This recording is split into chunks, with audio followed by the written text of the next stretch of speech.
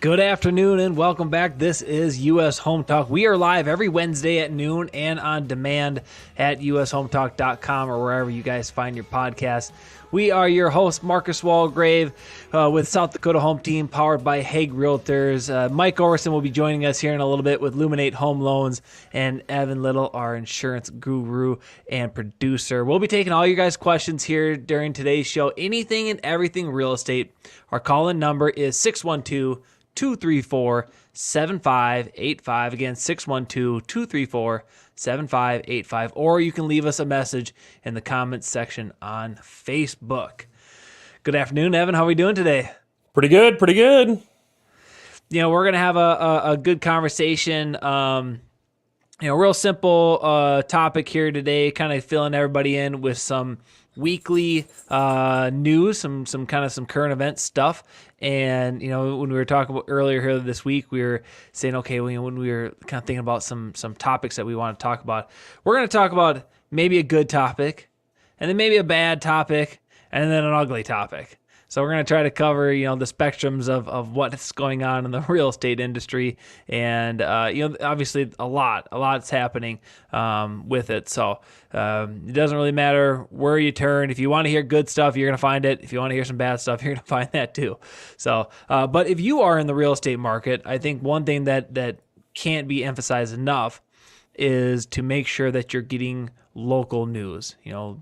Find your local experts, because they're going to know what's happening in the market that you may be inquiring about, whether you're buying or selling or investing. So can't emphasize that enough.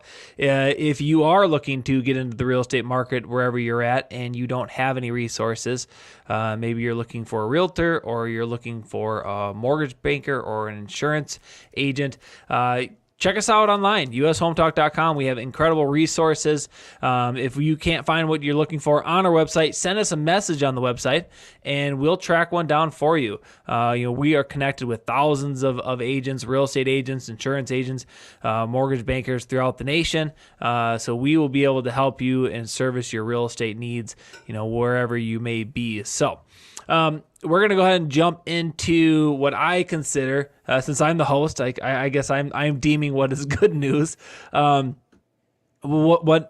great article that I came across in the Wall Street Journal, written by T-Ping Chen, and what this individual was talking about was we may have some light at the end of the tunnel when it comes to our labor shortage.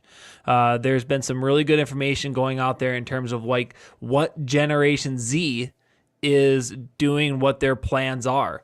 This is kind of a trending feature with Gen Z, and a good number of them, larger than other generations, are choosing to opt out of that 4-year college education approach for their career paths and are looking to get more into the skilled trades. We have been talking about this all the time when it comes to real estate, and individuals usually more kind of comes with the question from individuals saying, hey, our home prices are the values of homes going to come down? And when we hear that, one thing that stays consistent is that we are in a labor shortage, and the cost of labor isn't going down, regardless of whether we have better inventory, housing inventory, or we have worse housing inventory. As of right now, there's really no signs of an increase of labor to supply that labor shortage. But like I said, good news is on the horizon. Gen Z may be filling that gap for us here in the U.S. Mike, how are we doing today? Good. Sorry, I'm late. I had a phone call with a client that ran longer than expected there. So no worries. But I do have some feedback for you on this. So I literally just had this conversation, right? So this inventory shortage, like what's it going to take to get out of the inventory shortage, right? We've shown a chart on this show before. If you look at the last 5 decades, right? So go back to 1960 to 1970, we built like 18 million homes during that decade, right? 70 to 80, 20 million, 80 to 90, another like 21 million, right? So moving forward, if we look at 2010 to 2020, we only built 5.8 million homes, right? So as your population growth is doing one of these, all of a sudden We're 20 million homes short from the previous 5 decades. So the previous 5 decades were keeping up with the population out there, right? Then all of a sudden we have this 10-year span where it's like we need to build 25 million homes to keep up with the population. We only built 5.8 million, right? So now how long is it going to take to catch up from that, right? It's like, all right, Marcus, you're going to take off. We're going to run a mile. We're going to race in a mile, okay? Right? I'm going to give you a 2-lap head start. How much faster do I have to run, right, than you are running in order to catch up and make up that gap before we both finish a mile? It's not going to happen overnight. We don't have the labor out there, right, to build that many homes to be able to catch up, because now we're looking at, if we were 15 million homes short in the 2010 to 2020, now we have to be 15 million homes ahead of the game between 2020 and 2030 to catch up, right? But like you were saying, we don't have the labor to do it. And do we even have the materials to do it, to catch up like that? I just don't think we do. That's why I think our inventory is going to be held back for a while yet.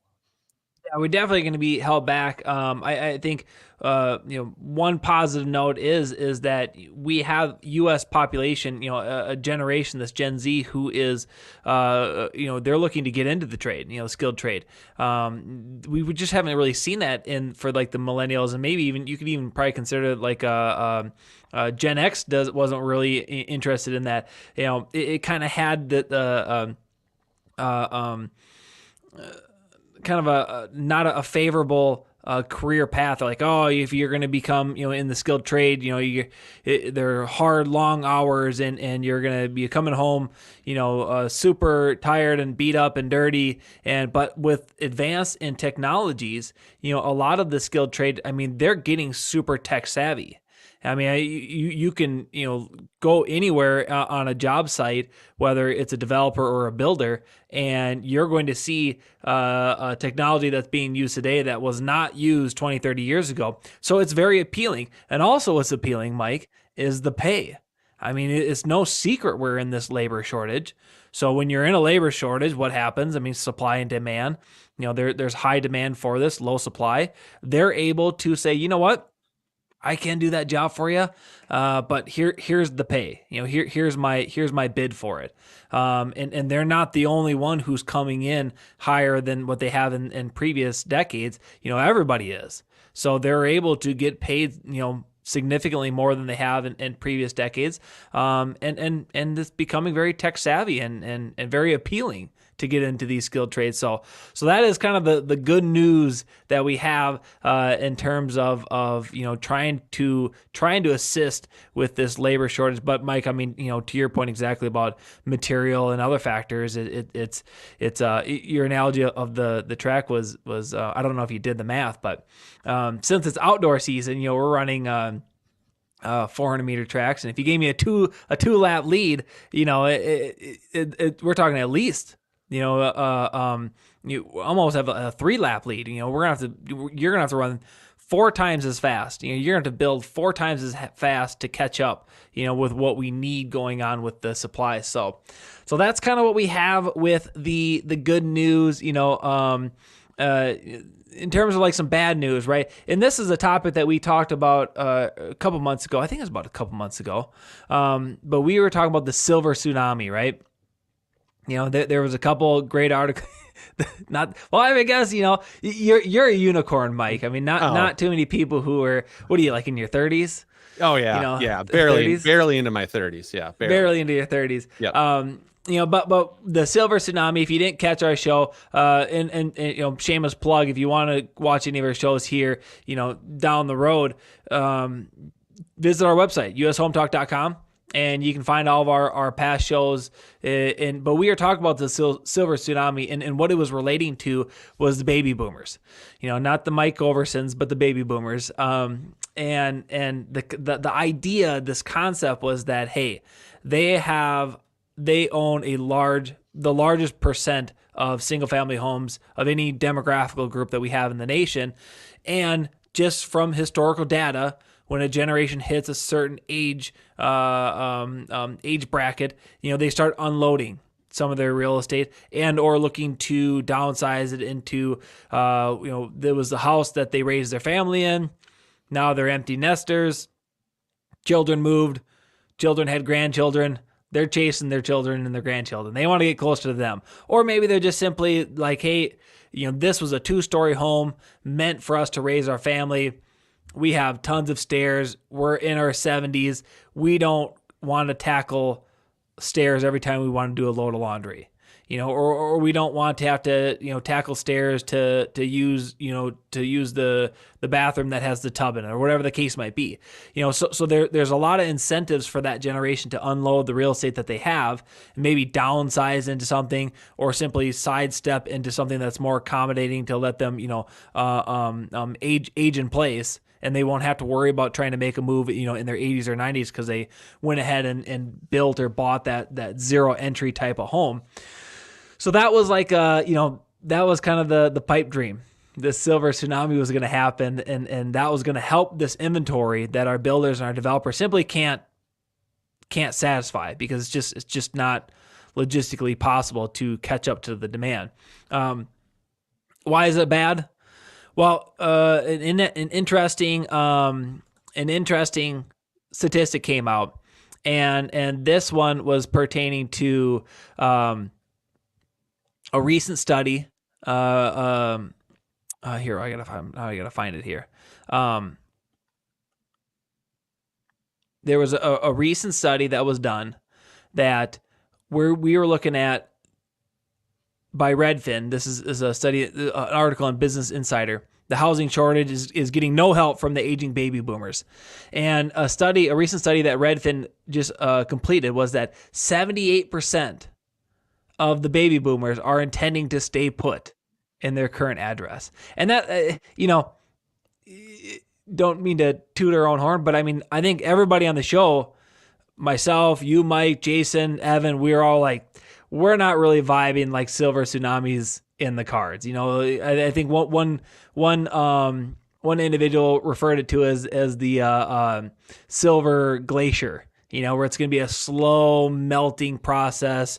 Inventory will be added, yes, but it's going to happen over 15, 20 years or something like that. So I think that's something where if you were banking on that silver tsunami to help with this inventory, you're a buyer out there or an investor, probably not going to be the case. There's some bad news there for you. Yeah, I think 2 factors. Single level living, whether it's a townhouse, whether it's a single family, right? Single level living, there's not enough of it. Now it is coming. A couple of the builders I work with up here in the Twin Cities, so in the Minneapolis metro area, they have recently added a couple more floor plans for slab on grade, single level, single family homes, or single level villas, right? That have an association on there. So it's basically a villa is like a single family home, slab on grade. So there's no basement. It's all one level living, but then there's an association to help take care of the outside, the lawn care and the snow removal and all that stuff. So they've added more plans for that because they see that need coming. So right now, if you look at today, does the silver tsunami, do they have suitable housing that they would allow them to make the move, or have them want to make the move? And then, what does it look like if you need to finance something like that? That's the other hurdle too, is, what's the affordability? What's the financing? Do they have enough equity in their house now where they can sell their current house and go buy the next one with cash? If not, then now they're going to have to finance it. Do they have the ability to finance, whatever type of loan amount they need to make that next move? I would imagine that a lot of them are looking at it and say, we could go build a brand new one right now, but this is going to be the cost, and we're going to have to finance $200,000 loan amount to do it. We're at current interest rates and stuff like that. We just don't want to take that on. So we're going to make our current house work for another couple of years and sit on the sidelines and see if interest rates can come down, or see what happens here. Maybe we can, pool enough funds together to go, buy the next one with cash. Mike, that's an interesting, point that you made. I get a weekly newsletter from the National Association of Home Builders, and this was something that came out of nationalmortgageprofessionals.com.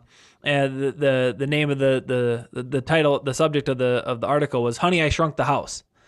and written by Katie Jensen, and it's kind of addressing to what you're saying. The builders are adapting and adjusting. Developers are as well. And what pretty much in a nutshell is that the National Association of Home Builders did an analysis, and they found that new homes built in 2023 reached their smallest median size in 13 years. Which I've been a full-time realtor for over 10 years, and when I got into real estate and as a real estate professional, I can recall as if it was yesterday that new construction single-family homes, we did see a lot of those 2-bedroom, 2 baths on the main level, and then obviously because rates were attractive, housing was affordable. Builders were saying, hey, and these floor plans were like $1,250 on Main, $1,250 on Main, unfinished basement, something like that. But then because rates stayed affordable and everything was kind of consistent, for the builders, and they were confident, the demand was like, hey, you know what? We really like that plan, but sure would like 3 bedrooms on the main level. And, if we can, we'd like to turn in one of those bedrooms into a master suite. And in that master suite would like to have a big old walk-in closet. And then up until recently, I mean, jeepers, Mike, it's hard to find a single-family home, 2-3 years ago, where a builder would build a 2-bedroom, 2-bath on the main level. It was almost, if it was a single-family home, almost exclusively across the board, from what I was seeing as a realtor, were 3-bedroom, 2-bath homes, with master suites. So to your point exactly, the builders are saying, hey, we are going to adjust to what the consumer is needing. Do we really need those 1,600 square foot homes for first-time home buyers? No, we really don't. And are we going to see maybe those 2-bedroom, 2 baths type of floor plans? A lot of the developers in my market here in the Sioux Falls, South Dakota market, a lot of the developers were putting in covenants and restrictions, simply saying, hey, builders, you have to build a 1,500 square foot home. That's the minimum floor plan that you can have. And then if you have, and they were also doing minimum setbacks that were greater than what the city was requiring. So what you're getting bigger homes on bigger lots, and the consumer could afford it. But now that we're kind of shifting into different times, I think that's what we're going to see. We're going to see the developer saying, "Oh, yeah, I understand you all want to have 14 plus feet between foundation to foundation, when comparing to yourself to your neighbor, but we got to reduce the costs and lot expenses. So we're going to go back to this 5-foot side setbacks, and we're going to start, embracing the 2-bedroom, 2-bath floor plans, and we're going to reduce these covenants and restrictions saying, hey, you got to have 1,500 square feet. We're going to go back to, you can build a 1,250 in this development. And obviously that's going to help. That's going to help, either keep the prices down, or even, reduce the price, for an entry-level single-family home. Yeah, it'll be interesting to see the change here. The change in as far as all the building stuff goes. Because I mean, if we want the baby boomers to basically move, right? Move and get their house, right? Get out of your house. We need the inventory. We need your house, right? They got to be able to go somewhere. There's got to be enough encouragement, right? Encouragement to make that move, to sell that house and go to this next one. So what does that take, right? A lot of people are comfortable right now. If they do have loans on their houses, most of them refinanced, and they're at a 3% interest rate, right? What's it going to take to go from a 3% interest rate to a 7? You know what I mean? For them, and a lot of them, maybe they were still working some back when they refinanced, and maybe they're fully retired right now. So now they just have a fixed income per month, right? So maybe their income went down a little bit even now. So making that move might be a little bit tougher for them because they're stopped working the last few years. So it'll be interesting to see how this all unfolds a little bit. But I think we're both on the same page, Marcus, where it's definitely not going to happen overnight. We're not going to see, I'll wake up tomorrow and be like, boom, we got inventory. Sweet. Let's go. It's not going to happen overnight, but I mean, our U.S. real estate industry is extremely resilient, and our developers are phenomenal, our builders are phenomenal, our real estate professionals are phenomenal. So I'm super confident in it, and I can tell you, Mike, and I'm sure you've had these conversations as well. Yes. Baby boomers, if they do have a loan out there, they most likely refinance it into this 2% or 3%, 15-year, 30-year, whatever it might be. But they also got big houses, right? They're not necessarily first-time home buyer house. They're like move-up buyer houses. And so what I've experienced is these individuals who are becoming empty nesters or already are, they're saying, we don't want 3 bedrooms on the main level. We don't need it. So they're letting everybody know we don't want. And by the way, I'm tired of mowing. I don't want a big lot. I want something that I can buy a nice push mower and I can handle it that way. I'm sick of the rider. I don't want to deal with any of that stuff. I want easy. I want it simple. So there's a good chance that this generational group, the baby boomers, they're going to be able to sell their larger home and maybe even have enough proceeds to buy this smaller downsized property with cash and in a sense say, we don't care that there's a 7% rate out there. We want to downsize. We don't need 3 bedrooms on the main. We just need 2 on the main, 2 baths, finish the basement for us, and give us a small lot so I don't have to deal with all that stuff too. So I think that there's a lot of encouraging things coming down the road, but as of right now, that's kind of the what we got going on. Now, on to my last one here, Mike. This is the ugly. We doesn't when it comes to real estate, it doesn't really seem to get much uglier than this. But home prices, where home prices are falling, there are areas in the U.S. where home prices are falling. When comparing last month to the previous year, they're down 2-3% here and there. So, but again, what we said in the beginning of the show, super important to make sure that you're working with local experts, because it's not across the board. Across the board, they were talking about how the value of home prices are rising. So if you just take that clip out of an article, say, oh, home prices are rising, that's what I needed to focus on. And as a buyer or whatever the case might be, you just simply need to have more information before you make those decisions.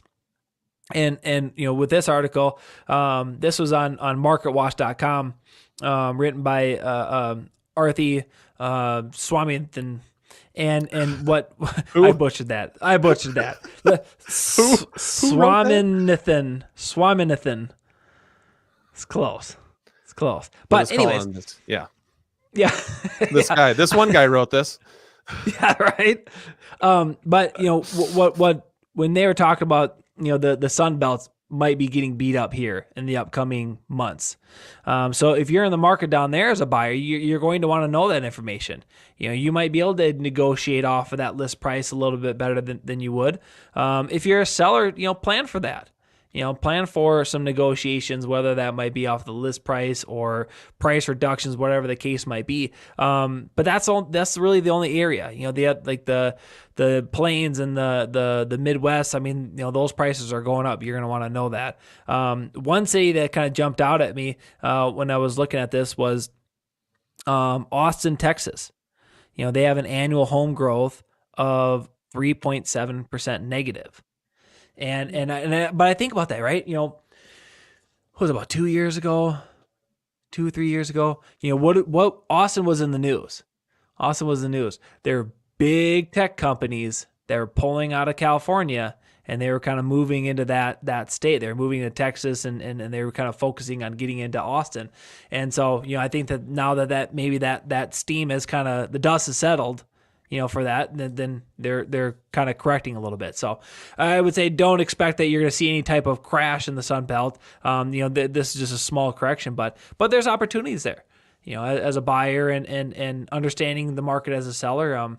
But again, if you're buying something in the Midwest, Northern Plains, not the case. We aren't seeing annual home growth in the negative. It's still positive. So. Yeah, it's interesting to see. I mean, I did see that report in some of those cities. A couple of surprises in there. Austin was a little surprising, but I mean, I can see it probably went up more than any other city like 2 or 3 years ago. And now Now it's kind of fallen back into place where it should have been, right? It was just this huge rampant growth, like it went like this, and now it's now it's settling back into where it should have been. So more of a correction than a crash, right? Because if you were there, and it's like if you bought a house 3 years ago there, and you gained 30% equity over those 3 years, and now you drop down to 25%, where you gained 25% as a net over the last 3 years. Probably not bad. Still doing okay. Doing pretty good. Right. Yep. I mean, I think the ones that where it hurts is like if maybe you closed on a home, late summer before the rates started kind of going up, and there was this shift, right? It may be safe to assume that was maybe the peak of where home values were increasing, and then since then they plateaued, and here in the last couple of months, declined a little bit. So, lots goes on in the real estate industry. It's not only weekly, but it feels daily at times, and even periodically throughout the day. There's a lot of stuff going on. So, gotta stay dialed in. You got to be have a good team that represents you, a real estate team that represents you. We still got a lot going on here in 2024. This is going to be I don't really see a lot of like a consistency that we're going to see moving forward. I think we're still going to see some of that volatility. Nothing extreme, but there's going to be really good weeks and there's going to be some bad weeks. I know you see that in the mortgage world, Mike. Well, we're experiencing a bad day today, and I hate to be the bearer of bad news. So, inflation reports came out a little bit earlier today, and they were not good, meaning that inflation is the government basically came out and said, based on the CPI report, inflation is not where we want it to be. It's not tracking where we had hoped it would track since the last report came out. And so that's causing the mortgage market to be unfavorable as far as interest rates go. So right now, we are down 80 basis points on the day. At one point, we were all the way down 95 basis points on the day. Well, what does that mean? That means rates went up at least 0.25% today alone, as far as interest rates go. And this is the single worst day that we've had in the market in the last 12 months. So now tomorrow's a new day. I imagine that this is a knee-jerk reaction from the market. We could come back tomorrow. We could gain half of that back. Right. So it's just one of those wild swings that we see every once in a while, that comes and goes. But like you said, I mean, you can't hang your hat on one day. You know what I mean? So in general, do we see interest rates coming down moving forward from today through the end of the year? So if we look at December 31st of 2024, are interest rates going to be higher than today or lower than today? Everyone still thinks they're going to be lower than today. Today's just a bad day. Right. It's the kid that got picked on at the bus, and then his lunchbox, accidentally opened up and got the lock spread broke open. Yep, and it broke open, and now his sandwich is on the dirt, on the ground. It's just one of those days where it's just like, you know what? Let's just get through today, brush it off. Tomorrow's a new day. Yeah, tomorrow's a new day. Obviously, you're not going to want to lock today, but you got some flexibility. But something that you've always said, and you're going to find this phrase. You marry the house, you don't marry the rate. I think that's something that buyers need to focus on. Our rate's going to likely come down. I think so. I know we kind of did some forecasting, about a month ago. We even had a little friendly bet out there about where they were going to land at the end of the year. And so inflation is just one of those deals. The job report was very favorable in terms of like the U.S. economy. Well, if the U.S. economy is doing really well, then the consumers are spending money, and that doesn't help to tame inflation that we got going on right now. So it's kind of like a good bad situation. It's like it's good that the economy is doing well, but inflation's a bugger, so we don't really want that, and we want to kind of get that settled down. So. But if you guys are looking to get more information on, rates and that kind of information, reach out to Mike. Again, you can find all of our information at ushometalk.com. As our show comes to an end here today, we just want to thank you guys all for taking your time to watch us live and for your support of US Home Talk. As always, you can find today's show and all of our past shows on our website at ushometalk.com or wherever you guys find your podcast. This is Marcus Walgrave, Mike Overson, Evan Little. We hope you guys have a blessed day.